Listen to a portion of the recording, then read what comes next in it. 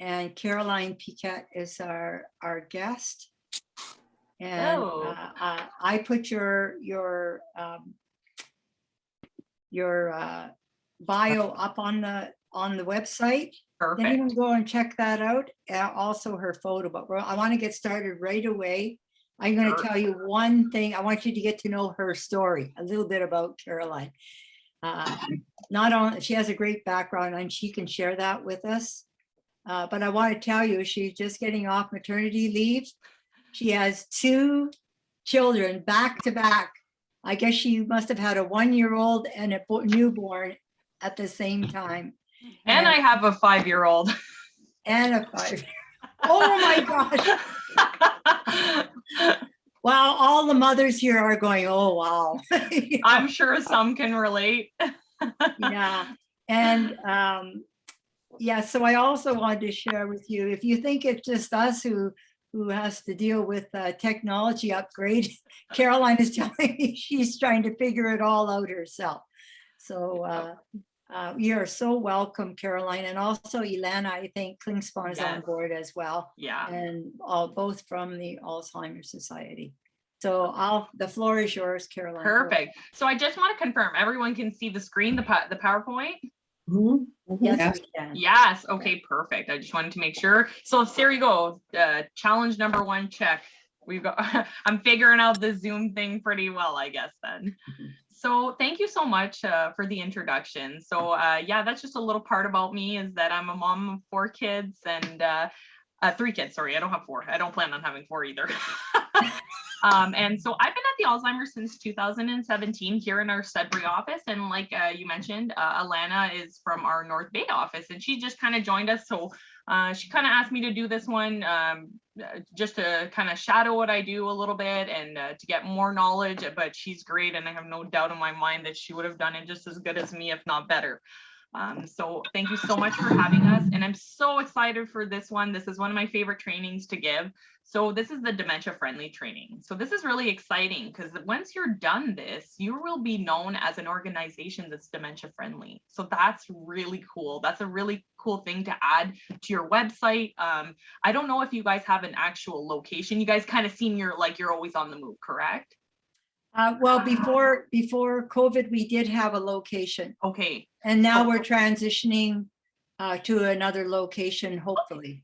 Okay, so perfect. So you'll have a location. So in this presentation, that'll be a little, we're going to talk about the built-in environment as well. We're going to talk about all those different things. So really awesome that you guys are taking this training, and I'm really excited. We're going to leave time for questions at the end for sure. So, and don't hesitate to ask anything. If I don't have the answer or Alana doesn't have the answer, we will get you that answer. So don't be shy to ask something, even if you think it's not within the scope of this presentation. So I'm going to go ahead and get started. So this training, we started actually when I started here in 2017, and our goal is to train businesses to become dementia friendly in order for individuals living with dementia and their care partners to feel included within the community, because that's so important. Oftentimes when we talk about dementia, a lot of people just think it's people in long-term care, right? They have that idea that they're so advanced and they're so progressed, and that's just not always the case. We have a lot of people living in early stages, middle stages, that want to continue doing what they love in the community. So it's very important to try and have that inclusive community. So on the screen here, you can see a couple of statistics that I like to go over because these are really prominent to this training in particular. So if you see our first one, 61% of people living with dementia have a fear of being ignored and dismissed and have difficulty accessing appropriate services. Now, this was a survey done in 2017, and over 1,500 Canadians responded to this. So this is a Canadian survey. So that's a really good response rate. And that's people that are living with this disease, that over 50% of people are saying, I can't get the service I need. And you know what I mean? That's very problematic. And then the next step is, and I'm sure you guys have heard this a lot, is that this disease doesn't just affect the person, it affects their whole support system around them. So 87% of care partners. So care partners are the direct individuals. So that would be a spouse, a family member, a daughter, a son, a cousin, direct care partner to the person. So these people wish that people understood how difficult it was caring for someone living with dementia and how isolating it can be. 87%. That's very high. Wow. It's really, really high. And these are these numbers that pushed us to do these trainings, right? And then 51% of Canadians have admitted to using stigmatizing language. So telling dementia jokes. You know how many times I hear, oh, am I going to remember this presentation after it's done? And we don't think anything bad of it. You know, we're making a joke, but really, like, people, we don't make jokes about cancer. We don't make jokes, you know what I mean? So this isn't any different. People are still using the word demented. I mean, these are terminologies and words that we should be going away from, or referring to people as crazy. That's something we can see as well. They've lost their marbles, things like that. So Canadians have admitted that, 51%, we're using this kind of language. And another statistic, it's not really a statistic, it's more of a fact, is that dementia doesn't just affect older adults. We have that misconception that dementia is an older adult's disease. In fact, that's not true. Okay, we just know that as you age, the risk factor goes up. Okay, but we have people in their 30s, 40s, 50s, and 60s living with this disease. In our day program here in Sudbury, we have at least 6 people that are 50 and under. Okay, that are in our day program, actively in our day program. So you know what I mean? It's not just an older adult's disease. Okay, so it goes and affects younger adults as well. Mm-hmm. And this one really resonates with me, is that 1 in 4 Canadians living the dementia journey feel ashamed and embarrassed. And that one gets me every time, because there is nothing to be ashamed of. This is out of someone's control. No one's, it's not any different than having cancer. It's not any different than having a cardiovascular disease. So we're going to get into that. So this is really the statistics that strive us to do these types of awareness, this education, this awareness, and these trainings that'll help build a dementia-friendly community. So why is this training so important? Why do we do it? We want to help support the person living with dementia and their partners to feel included and supported in our community. We want to not just make them feel supported, included. We want to be knowledgeable. We want to have that education and understand a little bit what they're going through. Somebody always says you don't really know what it is until you go through it yourself. Well, we're trying to say, hey, let's be proactive and get that education. This group is amazing. Like, you guys do this all the time. You're seeking knowledge, and that's so empowering. To be able to better assist the person living with dementia and their care partners in the most appropriate way. How can we serve these people when they walk through our door, or when they join our club? How can we best support these people? What can we do?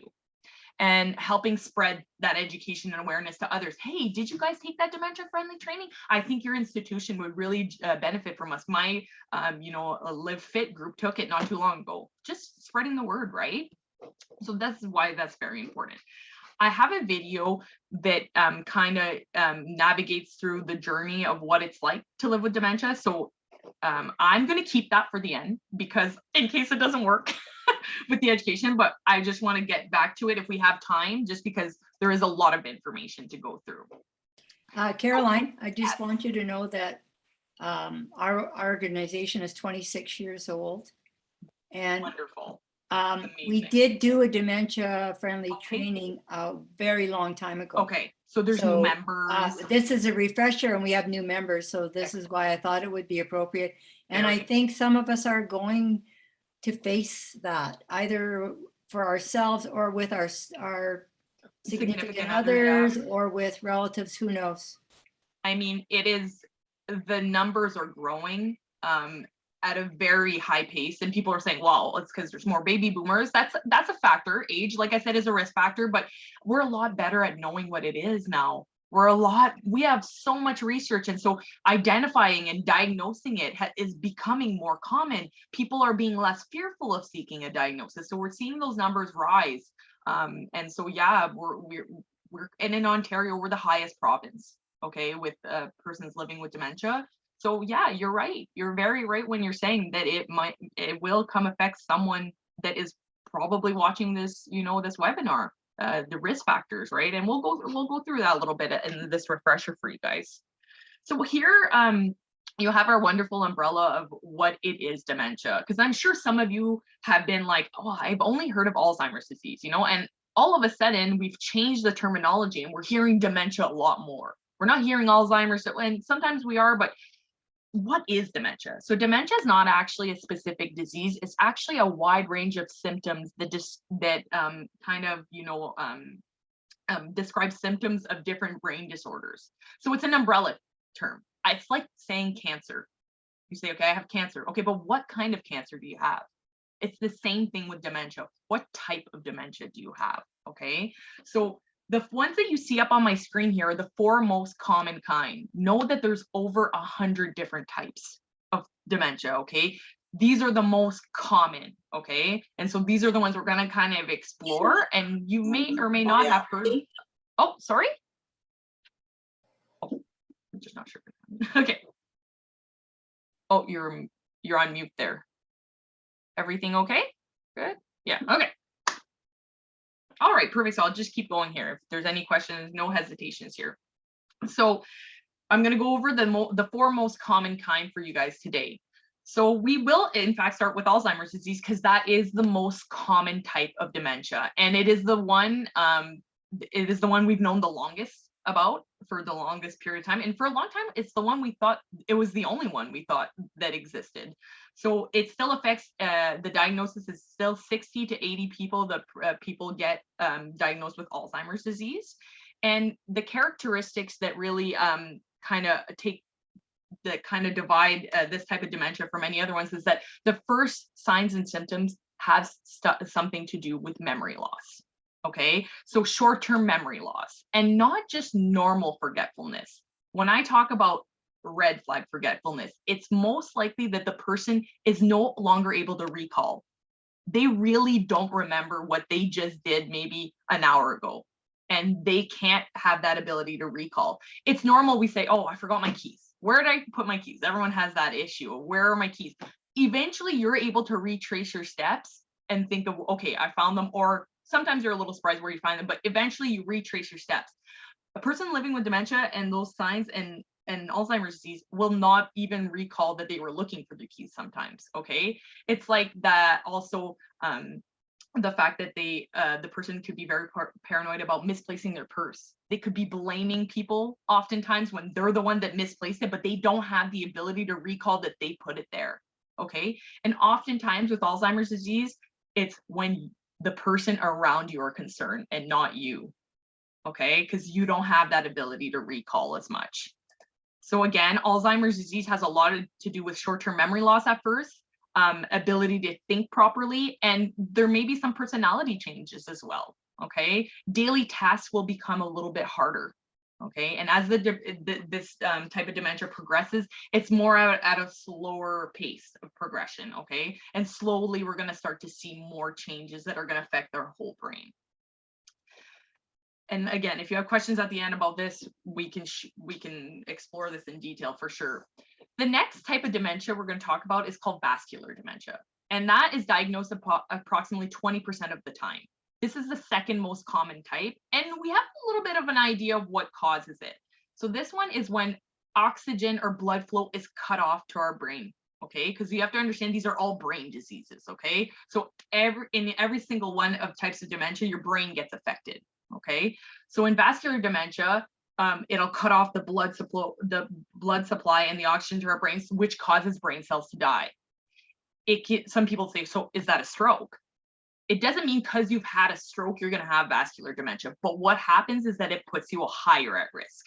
Okay, and once you've had one stroke, you're higher at risk of getting other strokes. So that can definitely cause along the line of vascular dementia. Again, it doesn't mean because you've had strokes, you're going to have vascular dementia.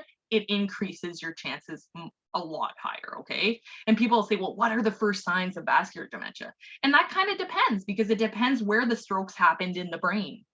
And what's kind of beneficial about this type of dementia right now is that we can do a brain scan and see strokes in a brain scan, Whereas in Alzheimer's disease, for example, we don't know what causes Alzheimer's disease.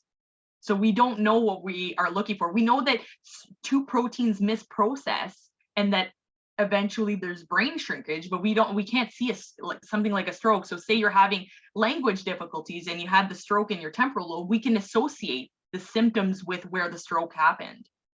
Vascular dementia can also be caused by rare blood vessel diseases in the brain.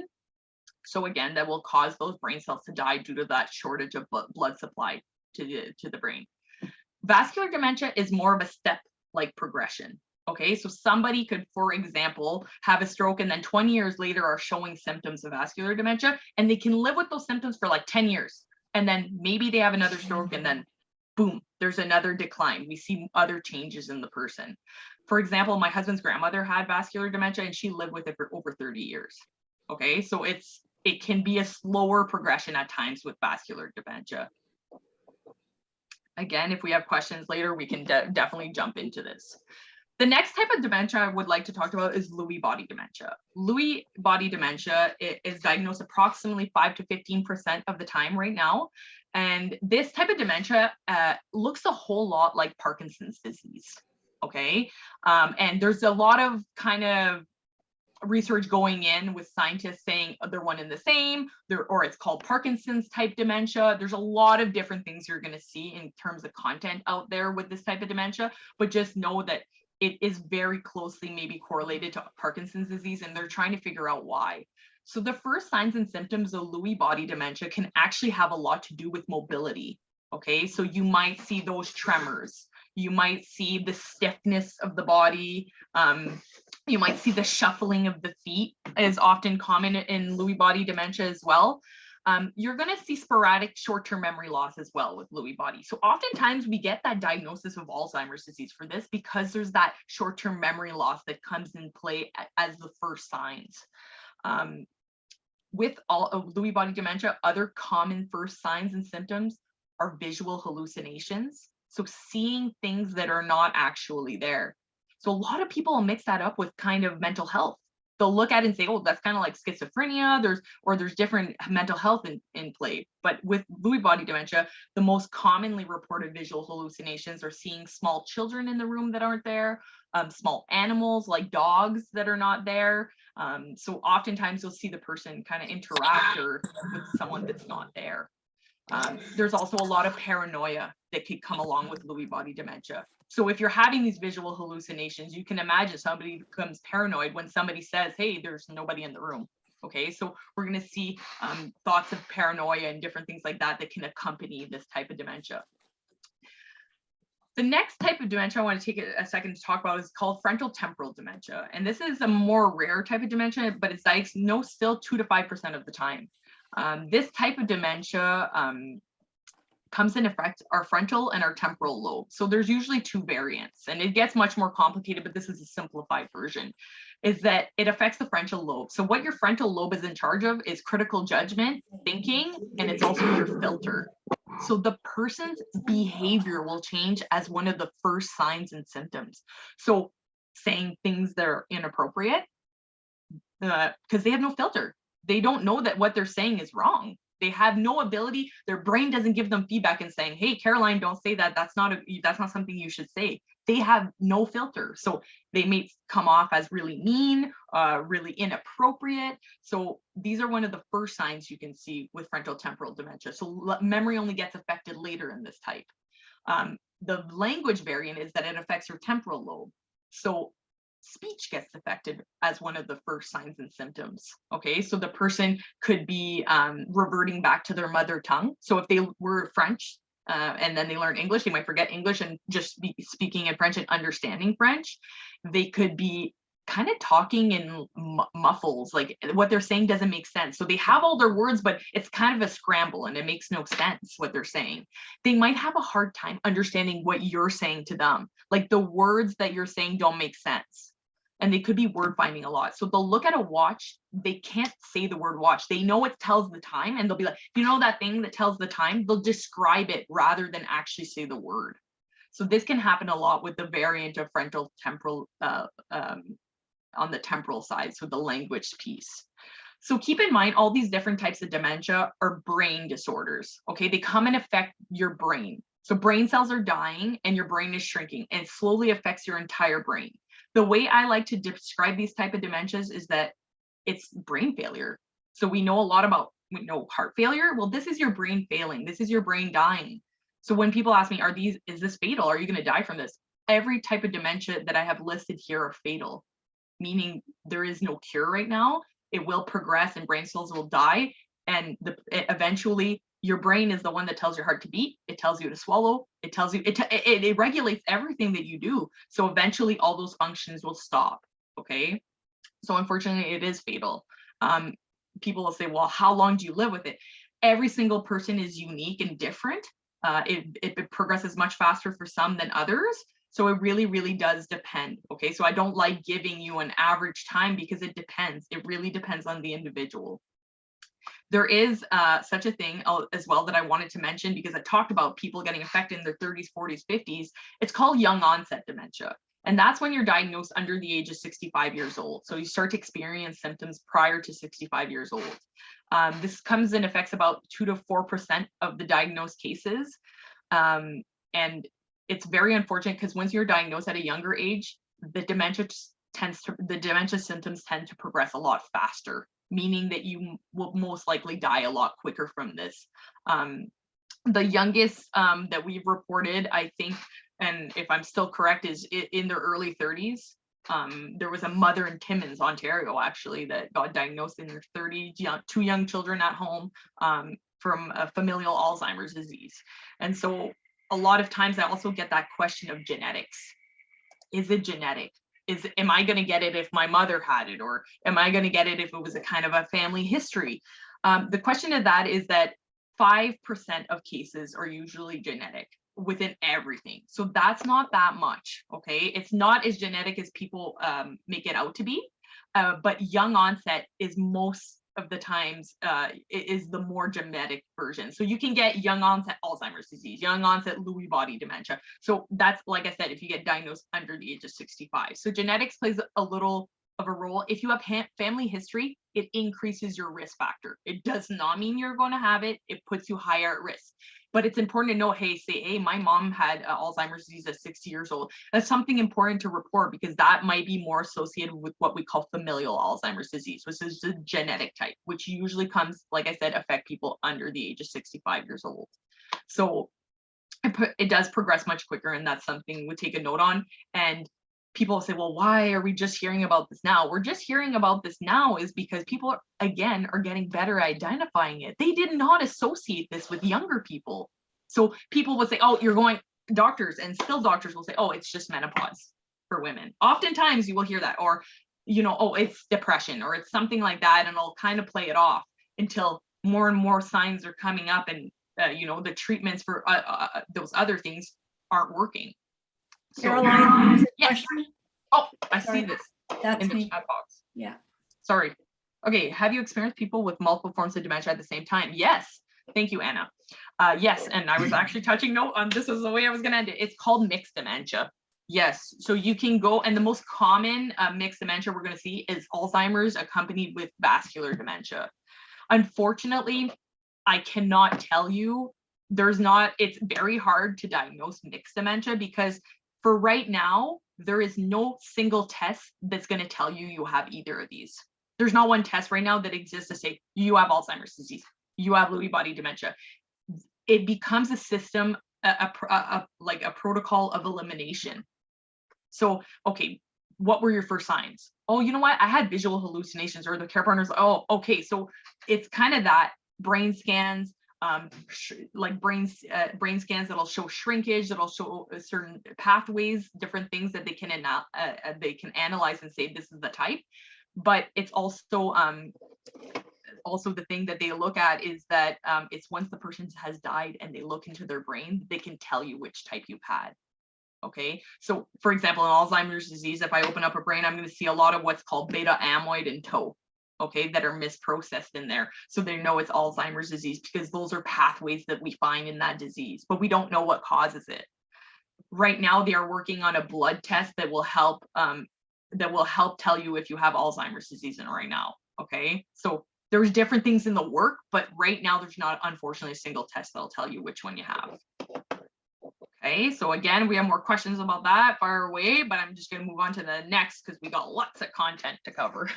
That one's the most hefty one because it's important for you guys to understand the symptoms and the signs of these various types. And like I said, there's over 100 different types. So we've just scratched the surface on the most common type. But if you guys have heard of, alcohol related dementia, Huntington's disease, those all fall under that umbrella. So now moving on to the most common signs. Okay, so we touched base a little bit about this, but now I just like to skim over it about what are the most common symptoms we're going to see with somebody living with dementia. So the memory loss piece is a common sign, okay? And I'm going to talk about, there's red flag forgetfulness and then there's normal forgetfulness. So as you age, your brain does shrink a little bit. So there is normal forgetfulness, but I really highlighted is that ability to recall that's very important. As you age and you forget things, you're able to recall. Okay, you're able to say, oh man, I forgot this appointment and I can't believe I forgot it. Oh my god, it happens. Okay, we have stuff going on, retirement living, schedules, routines, stuff like that. But it's really concerning when the person can't remember recent information, events that they just attended, for example. So for example, you're attending this webinar and tomorrow you have no recollection of it. Somebody's asking you about it and you have no recollection about it. So like I said, it's more of a red flag when people around you are noticing it rather than yourself, okay? They're gonna need more frequent memory aids, okay? It's becoming more of a thing. Don't get me wrong, I have Post-its everywhere. They're everywhere. They're plastered everywhere. So yes, I use reminders, but it's becoming things that are simple, daily tasks that you're having a hard time remembering, and it's becoming more frequent, okay? So again, a normal thing would be having 5 grandkids and calling them the wrong name all the time. I do it with my kids. It happens, you're saying it, but eventually you're able to say, oh, that's who that is. Okay. Again, ability to recall is very important in this one. Difficulty with day-to-day routine tasks. Okay. It's something that the person has always done that they're having a hard time getting into. So maybe the person was really on the dishes, everything was always kind of clean, and now you're starting to notice there's piles of dishes in the sink. Things are not as clean. It's kind of out of character for the person when it comes to these different things as well. They might have harder time with more complex things, like for example, the microwave. Okay, they're having a hard time navigating it when before they were fine. Okay, so things like that you're starting to notice is a little bit of a red flag. Social isolation. Persons living with dementia will maybe start to see that there's some changes at first, and that's scary for the person because unfortunately right now, and we're trying to change that, is that it's a stigmatized disease. People look at you differently when you have it, and we're trying to change that perspective, but so they're going to try and hide it. So things like us, it's us that cue the people. Don't you remember you just did that? Can you imagine you don't remember and someone's telling you that? You might say, oh yeah, I remember. Yeah, of course. Oh, now that you say that rings a bell. They kind of play, they play the stupid card. So they get away with it. And then they kind of get good at hiding it because they're scared. Okay. So you could see things like that. And so then imagine they're having a hard time doing things that they've always done. So they isolate themselves. Imagine you are a group of ladies and you always play cards and the person is having a hard time playing cards. They're going to stop doing it. Maybe they're going to isolate themselves. So that's things to look out for. Okay. That's social isolation piece. The next one is repetitive questioning. That's something I'm sure you've heard, that the person can go and ask the same question multiple times in a day. And in reality, they really don't remember that they said it the first time. Okay. They genuinely, it's not a reminder. It's they are asking you the same thing. And the time you're giving them the same answer and it's like they've never heard it before. Okay, that is a red flag. Okay, it's something to look. It's not like, oh, I know I asked you that earlier, could you just remind me what it is? It's asking the same thing and not even remembering that you've already had that response. Okay. Difficulty with speaking and writing. I talked a little bit about that piece when we were talking about the frontal temporal language variant, but this is also in any type of dementia. Eventually, difficulties in this part of the brain is going to happen, is the ability to speak and write and understand. Okay, so problems with language. The person might be having a hard time joining in on conversations. or even following the conversation, whereas before they were fine. Difficulty with vocabulary. Like I said, they're really trying to find that word and it's just not coming. We've all had those moments where we're trying to recall something and it doesn't happen, but eventually it'll come back to us later, even if it's a day later. For these individuals, these words are lost. They're not coming back. So then they say, yeah, that thing that tells the time, or that thing you sit on, describing the object rather than saying it. Word swapping. Oftentimes you're going to see they're going to say things within the same family of words. So, hey, are you, can we get on to the bus, when they're talking about a car maybe? Or, hey, they might use words that rhyme. I like the cat on your head, when they meant to say hat. So there's things like that that could be red flags that are starting to happen. And using nicknames a little bit more. Hey, you, how's it going? How are you, dear? Like, using words without having to say names, because sometimes they might not recall the name of somebody that's not familiar to them when they should maybe know that name. So using little nicknames, you could see that might be a little bit of a sign. And then again, I said, reverting back to that mother tongue, going back. Okay, so using that language and understanding the comprehension piece also is very important. So the next one is confusion and disorientation. So the person may be lost navigating things that are familiar to them, okay? Familiar routes. So getting lost going to the washroom, okay? Or if they're in the grocery store that they always shop in and they can't find, the deli section, when the deli section hasn't moved. So getting lost in familiar areas could be something that you're starting to see, okay? Getting lost on the drive home. Okay, things like that may start to occur. Okay, also disorientation. They may be confused with the concept of time. You might see that, hey, if you're saying I'll be back at noon, and then you come back and be like, where were you? You were gone forever, and when really you were just gone an hour.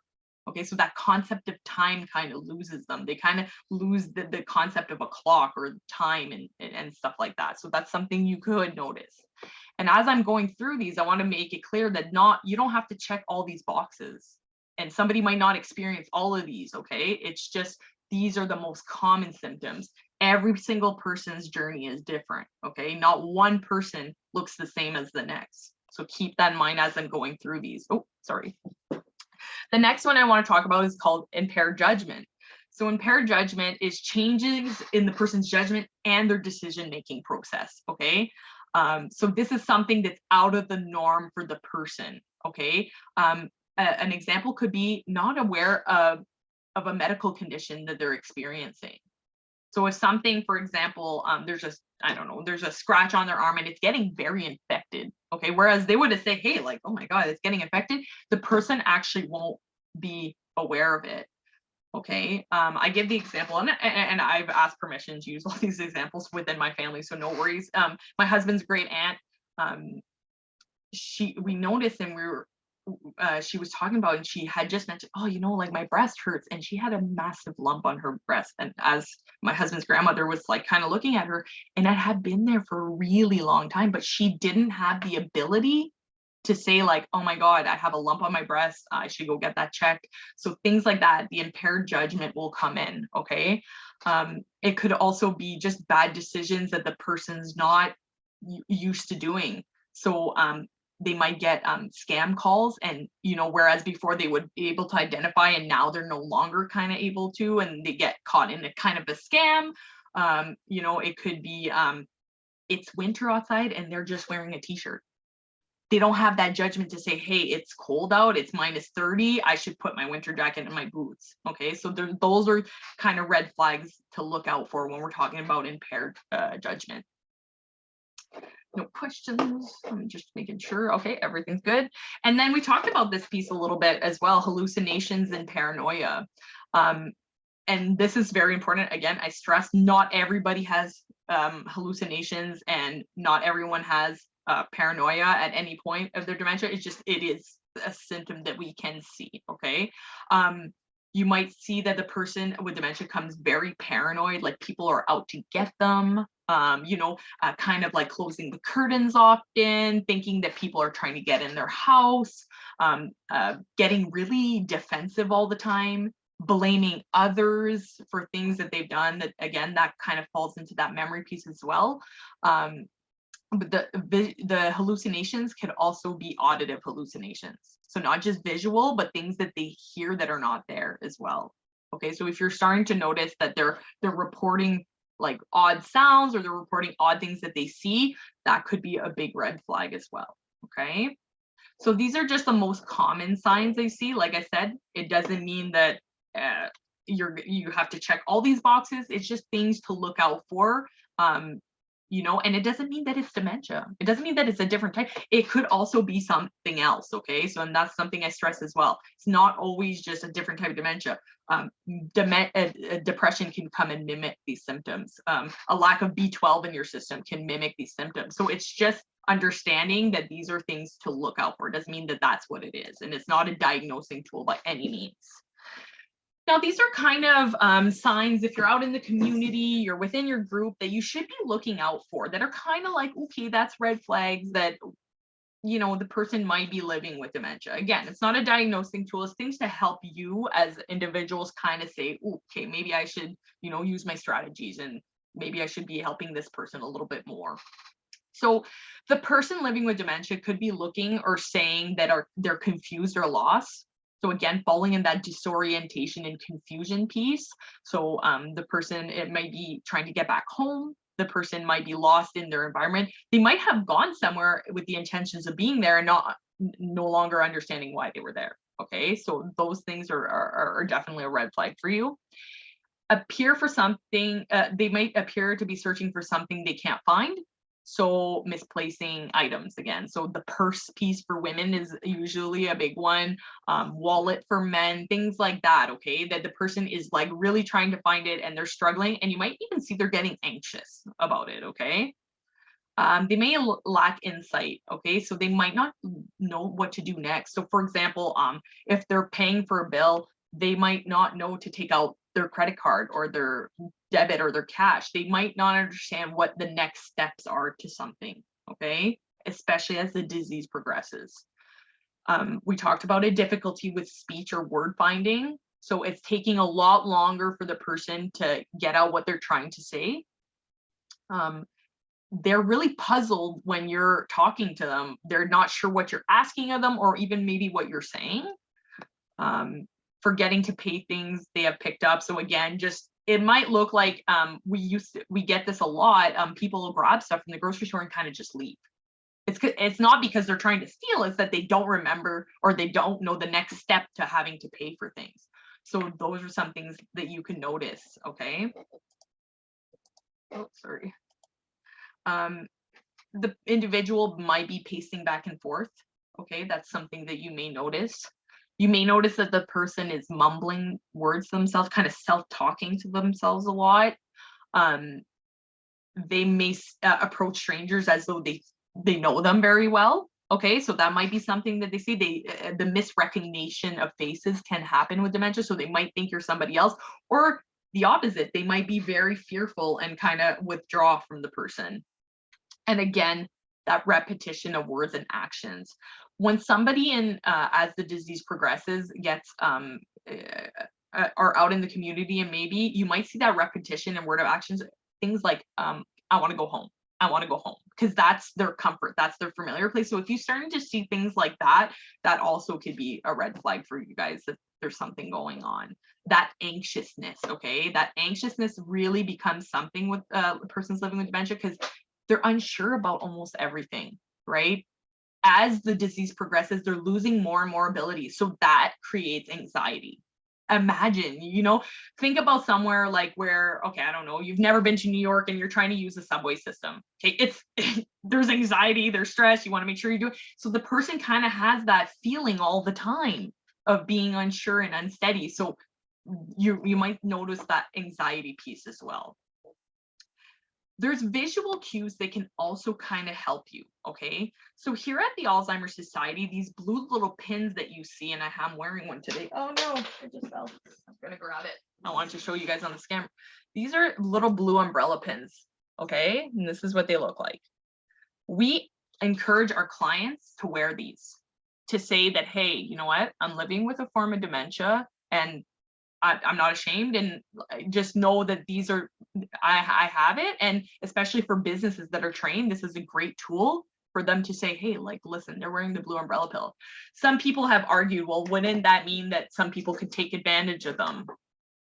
And so that's why we give it as a choice, okay, of whether the person wants to identify or not. Oftentimes the care partners will wear it as well, just to support the person. So we have that, and we've had great success with them. And so if you know somebody that's living with, and you know, they can access it at our North Bay office, Sudbury office, Manitoulin office, okay? We give them out for free. Another thing is a medical alert bracelet.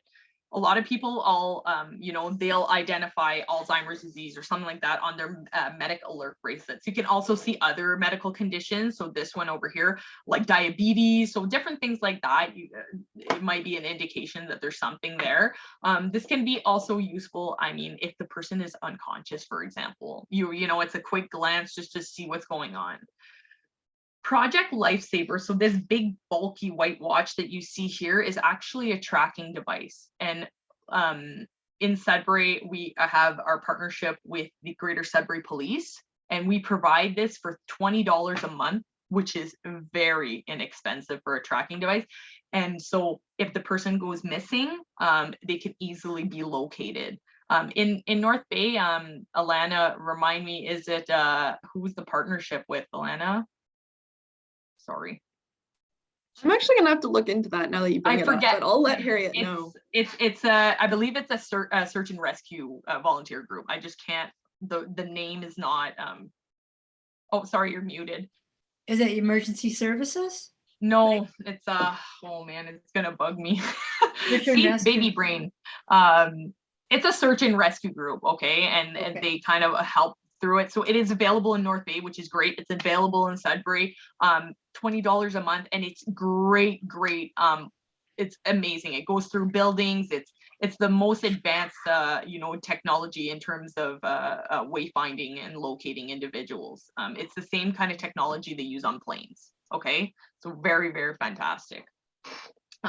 And then the next one that's a visual cue is the actual tracking device. There's other different types of tracking device that usually look like watches too sometimes. There's variations of this, but that could just be a hint for you guys. Hey, you see those? It's a nice little visual cue for you. So changes in communication. I want to take a second to talk about different strategies you can use to accommodate the person living with dementia. So again, we talked about it a lot in terms of what are the changes that happen, and the changes that do happen in the way that they express themselves, the words that are being spoken to you, the word finding piece, and the reading and the writing. Okay, so these things are all going to get affected with any type of dementia. So by using these communication strategies, you're really, really helping individuals live with dementia. And I'm going to be honest, these are good for anybody. Non-verbal communication and verbal communications are key for any individual. So these tips are great for anything. So before you want to even talk, you're going to want to approach the person from the front. Okay, so why is that persons living with dementia, as the disease progresses, can get what is called peripheral view. Okay, they get tunnel vision.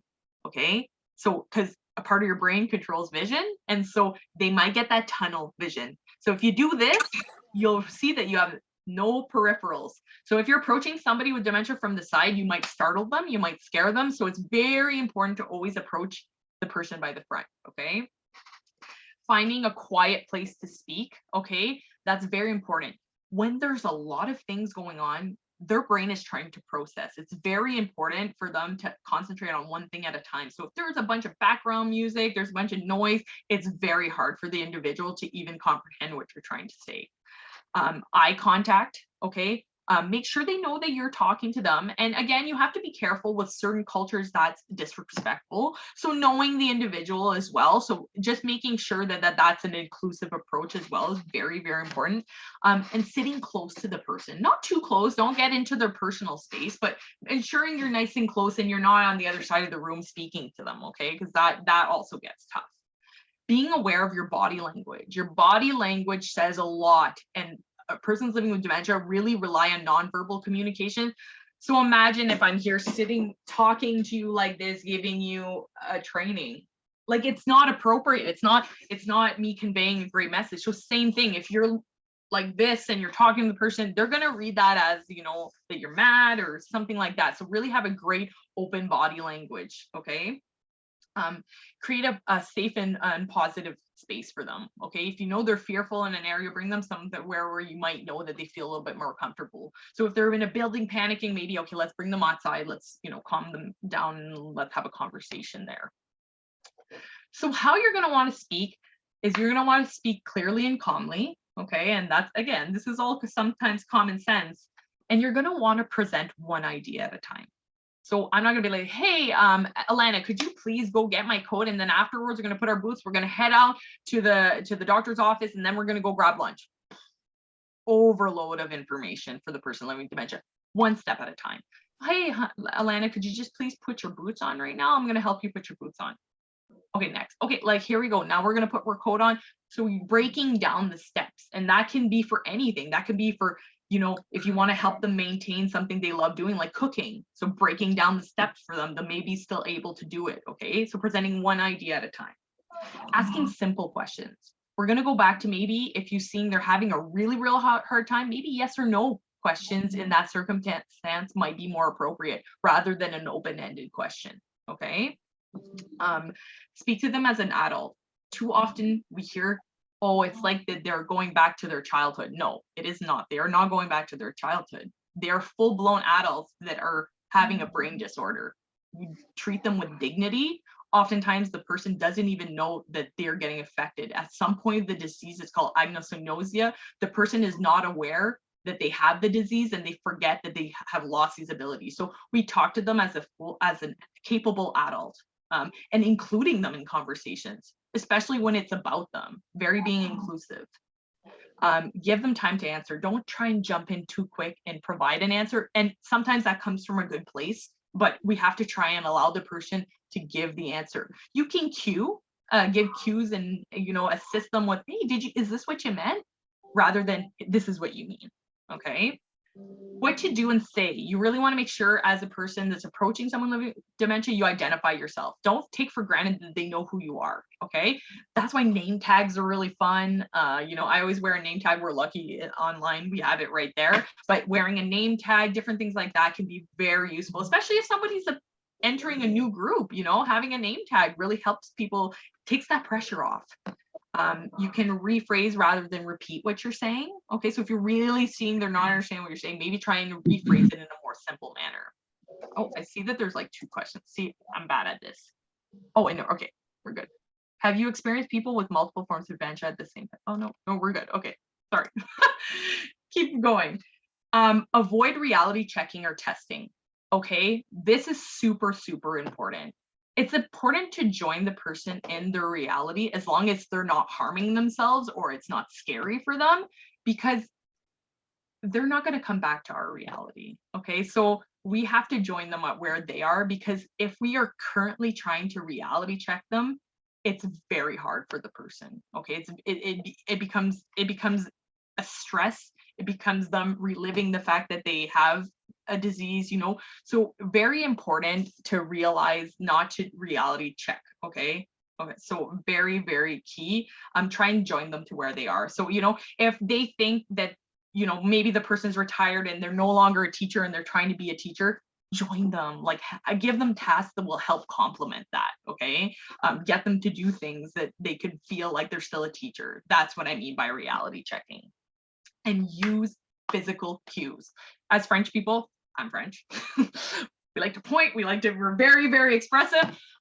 It's so important to match what you're saying with what you're doing. Okay, so hey, come and have come and have a seat on this chair.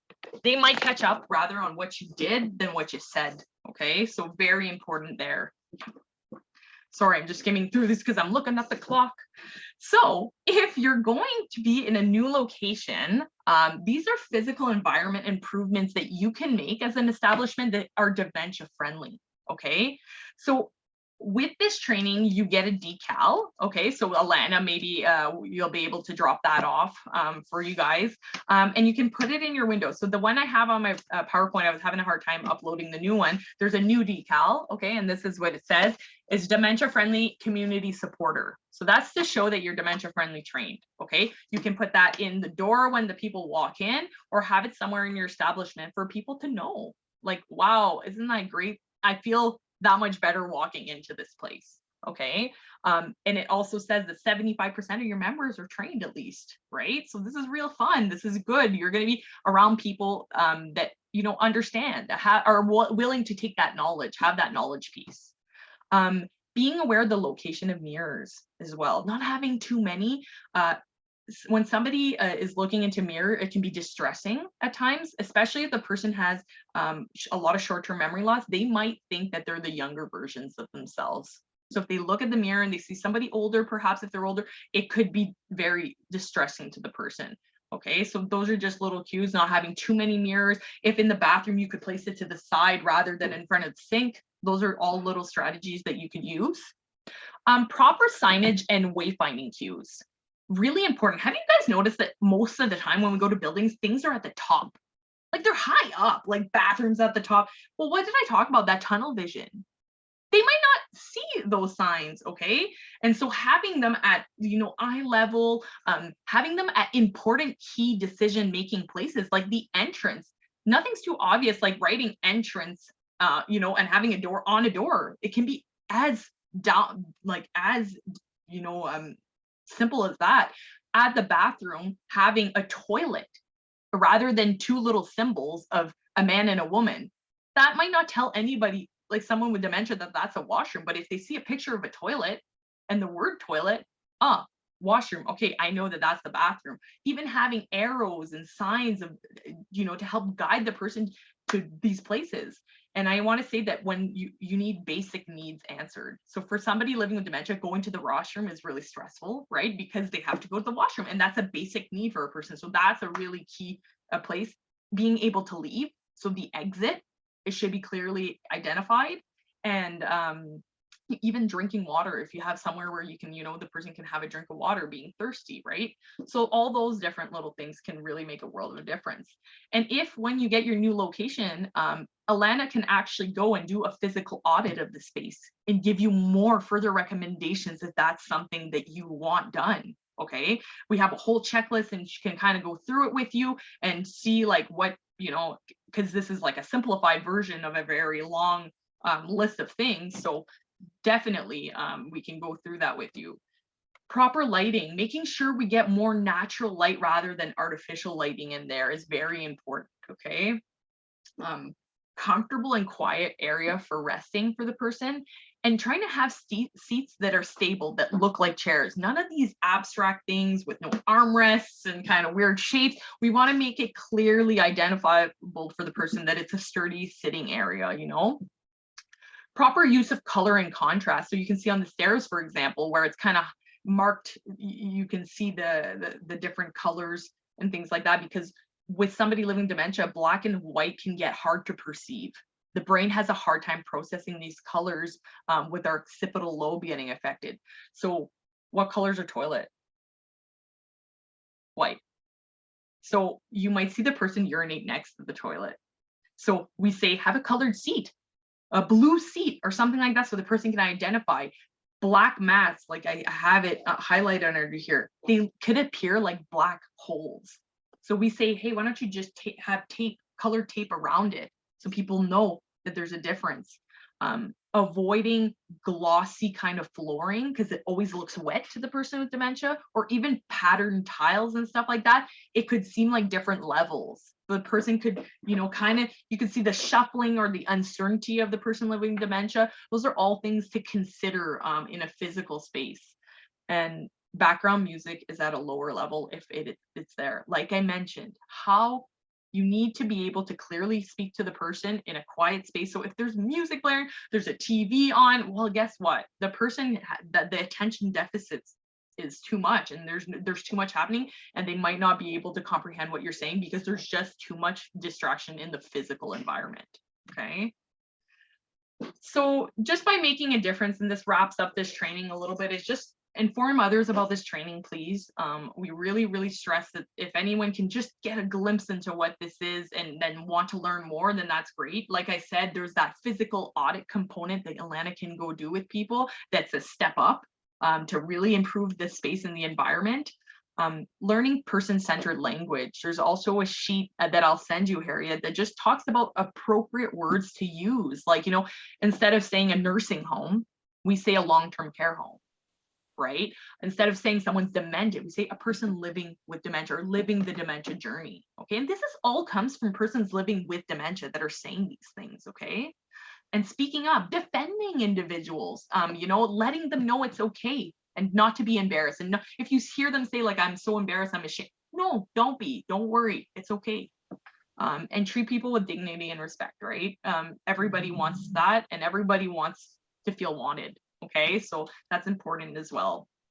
So really want to thank you for having me. I know I'm cutting it super close on time, but it's hard to crunch all that information in 1 hour. Man, let me tell you. But I'm opening it up to questions. I know you guys got to be somewhere at 10:30, so I'm really sorry about that. No worries. Can you stop share and we can open the gallery? There you go. Lorraine, one of our members, said she believes that organization with the what do you call it? The trackers or the watches? Yeah. North Star. Yes, I see it. Okay, yes, thank it you, is. Lorraine. Yes, Lorraine. Well done. Yeah, this has been, you know what, we did have this training a long time ago. Yeah. But I got to tell you, it's really good to do a refresher. Yes. And I see a question here, Debbie. Just quickly, because we are affiliated with Canada College and going up there twice a week in person, I would be very, very curious to know whether the village has had their space audited by the Alzheimer Society. This has just been wonderful information. Yes. And so the physical audit component is fairly new. Okay, so we were kind of like, you know, it's hard to get businesses to sign up for a 1 hour training, right? Because limited time and space. So then we said, well, why don't we say, hey, let's add in that physical audit piece. So Alana just started in North Bay, and don't you worry, I'm sure she'll be raging out there and promoting this big time. So yeah, no, I'm sure Alana can follow up with that for sure. And I know because Alana's, I'm sure you do quite a bit of education at Canadore, period, with students even and stuff like that. So definitely. Are you doing? Oh, wonderful. Yeah. So our group is pretty well connected to other organizations like our Retired Teachers of Ontario, Probus. You know, I don't know, maybe I'm sure you've been to Marina Point and other places. Yeah. So it's like, I think it's a business community that actually needs to know this information too. Sure. It'd be nice to see that logo. It makes it feel, as you say, that we're treating everyone with dignity and respect. Yeah. You know, at any age, and even at the high school level, you know, there's all these kids have grandparents or younger people. We don't know who's dealing with it. I recently heard of a teenager that was dealing with dementia. Yeah, it's I mean, that was really interesting. Yeah, for example, even Down syndrome, right? Like individuals living with Down syndrome are high at risk of getting, you know, it's everywhere, you know, so it's important to, it's part of life, but it's also part of life to treat every human being with dignity. Exactly. Yes.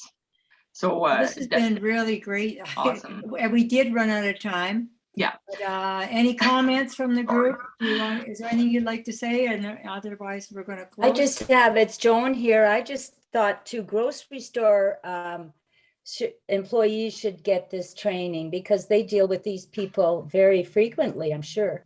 Yeah. And so, and that's something we want to try and, you know, and get to. It's hard when you have to go high up, It's really hard when you got to go to the general manager, and then you got to think these places have such high turnover, that it's, so we're trying to find ways, and that's why we encourage refreshers always. Like we always encourage, hey, you can get it every year if you want, and we're going to come back and we're going to do it, and there's no problem. So yes, I agree. Those high retail stores, like it's very important for us to touch base with them.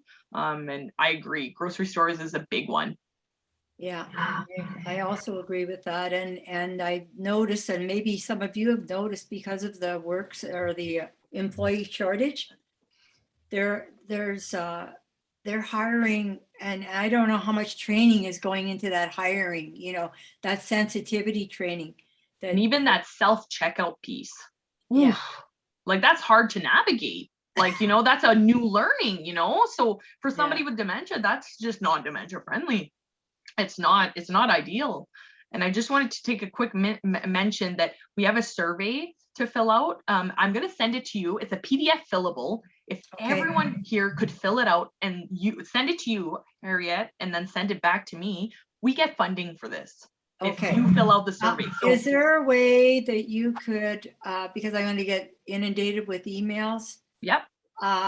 If we could send it directly to you, could we do that? Of course, yeah. So I'll send you the PDF, and if you could share it with all the members that took it today, that would be great. I know this is a little bit of extra. We will do that. We get that funding, and then that allows us to be able to, provide more training and to get more people, maybe to create an online program, to be able to train high turnover, the possibilities are kind of endless. So that's definitely something we would like and we would appreciate for sure. I want to just first of all say thank you so much, Caroline. Excellent. Thank you. Presentation.